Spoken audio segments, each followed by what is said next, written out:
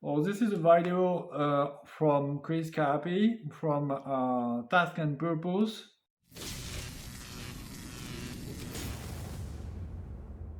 Looking at the live map, we can see in the south of the country near Crimea, the Russian attack plans, their entire invasion plans, fell into Ukraine's hands. The documents were captured by the 810th Brigade of the Battalion Tactical Group of Russia's Black Sea Fleet, their Marines. It was likely taken off a captured high-ranking officer. The plan was from January 18th, and it appears to say that the Russian army expected their initial invasion to take about 15 days.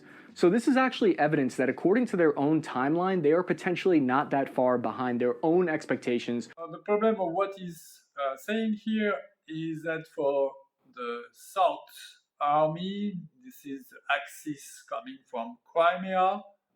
We don't know what was the real expectation of the Russian army in this area.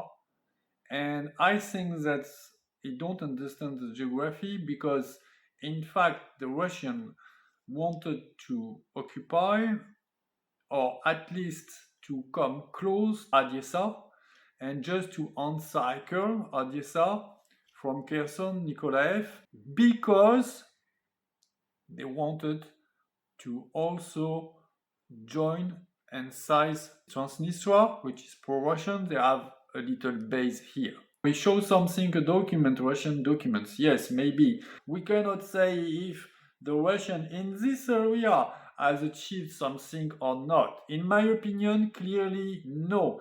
They have seized Kherson, but they are today blocked in front of Nikolaev and cannot pass through.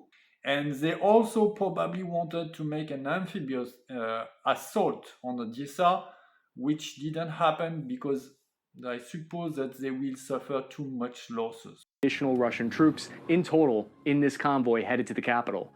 There were also hundreds of Ural supply trucks carrying food, fuel, and ammo. I heard a lot of misconceptions in the media around this movement. In order to really understand what this long Russian convoy is actually doing here, we need to turn to a 416-page paper written in 2017 by Dr. Lester W. Grew called The Russian Way of War. It's an exhaustive breakdown of modern Russian army tactics and doctrine. So let's believe that the whole problem of the big convoy in north of Kiev is linked to the Russian military doctrine, and it's not exactly so easy. The doctrine of the Russian Federation is ruled by the president of the Russian Federation because this man is a chess player, and there are many other considerations than the logistical or range supply of the division on the battlefield. And the first day were about simply put a lot of pressure on the cities. That was plan B after that seizing the government in Kiev failed.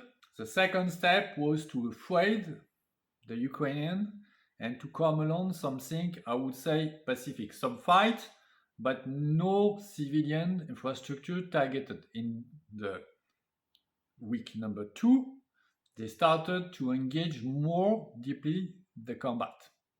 If you let the military take the whole control, you should explain me why today the trains are still working. Borispol Airport is still working. Explain to me why Dnipro Airport had been shelled only 2 days ago. It makes no sense. Most of the bridges on the Dnipro are still intact. I want you to understand that everything is ruled and calculated accordingly to a political agenda. And this political agenda, this is the big boss in the Kremlin that gives the doctrine. And I can guarantee you that when he say, we turn on the left, nobody turn on the right. So by the Russian army doctrine, by the book, the brigade assault element gets close to the objective that they plan on attacking, in this case Kiev, and then what they do is they set up a designated safe distance at the edge of the enemy's defenses. So in theory, yes, that would be on the book what the Russian Federation should do to reassemble as the supply has come their battalion And then they are encircling Kiev, closing by, and now they could deliver a punchy artillery shelling to Kiev and do this accurately because they will be very close. That's the theory. In the practice, didn't happen. It doesn't really happen because first you need to know that in this area it's quite muddy. Second, there is a river that is defending the outskirts of Kiev.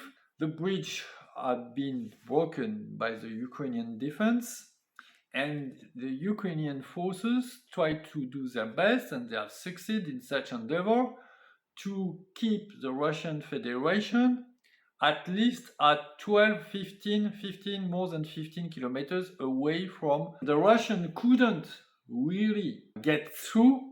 In the end, what happens? Kiev is not encircled at all. They just reached, I would say, the northwest, and they tried to come from the northeast.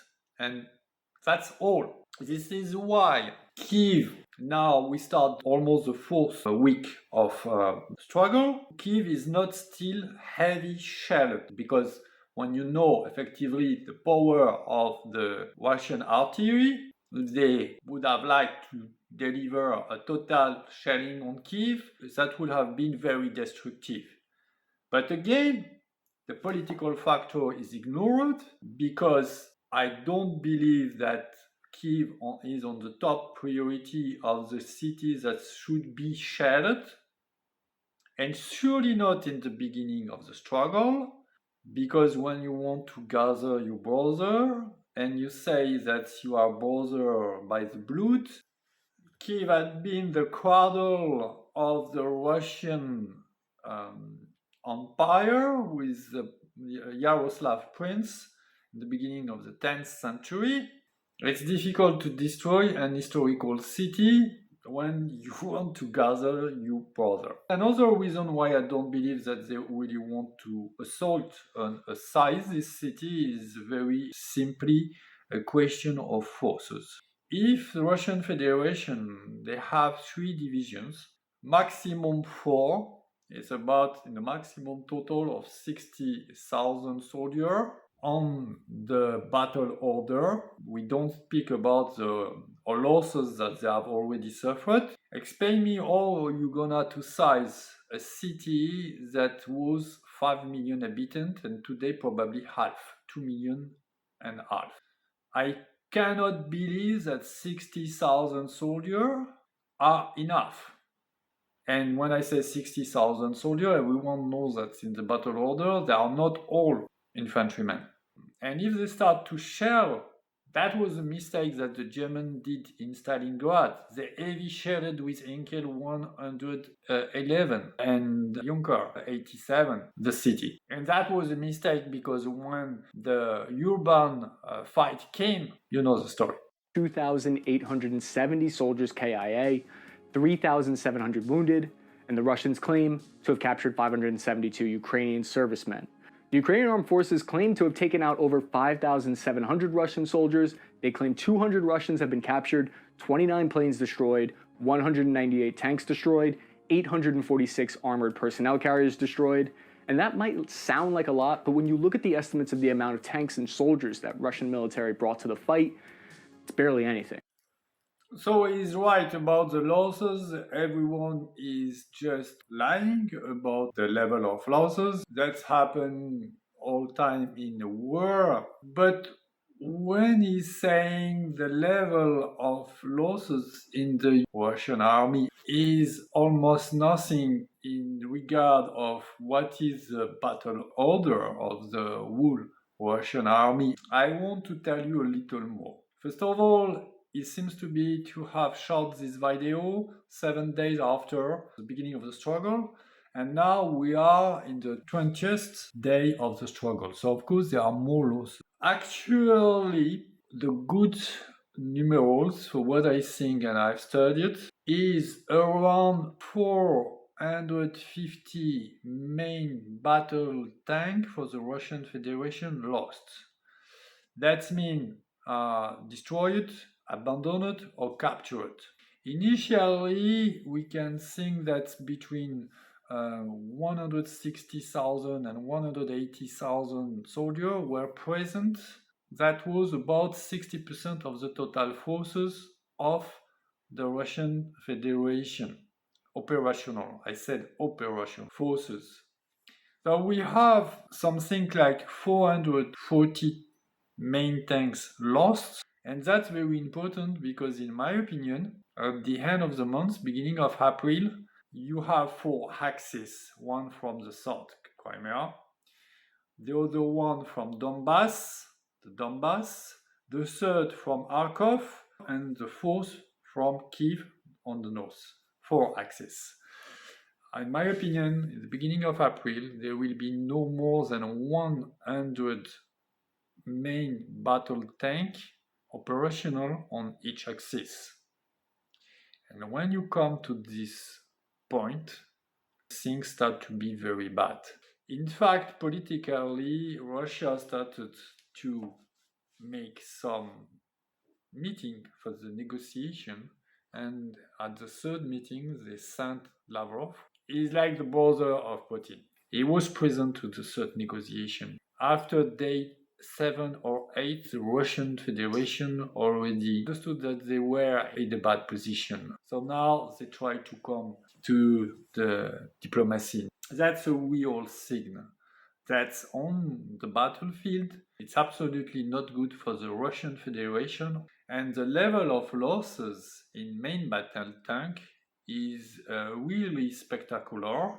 Of course, if we consider the total soldier lost, we probably reach something like 7% or 8% of soldiers not killed in action, because there are 3 times more in an average soldier who are wounded than killed in action. But of course, I think that for the Russian Federation today, we are coming close to 12,000 men out of combat. It's probably less than 7% of the total strength of the Russian forces, which is, yes, he is right, it's almost nothing. For USA or European country, it will be a too high level of losses, but the Russian Federation don't care about such level. I totally agree with him about this, but the main concern is this one. The number of battle tanks at the beginning of April will be so low that will be a very big concern.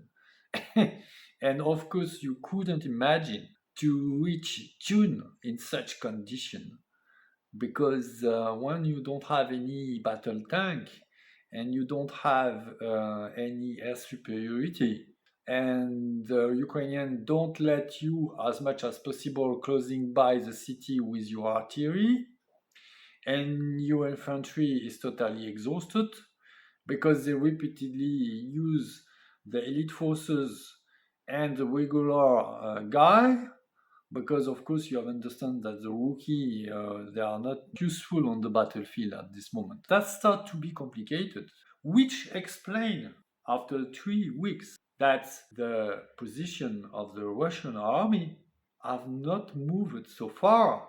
And additionally, that now we see some local counterattack, because technically the Ukrainians are capable to do so. They are capable to make some counter battery.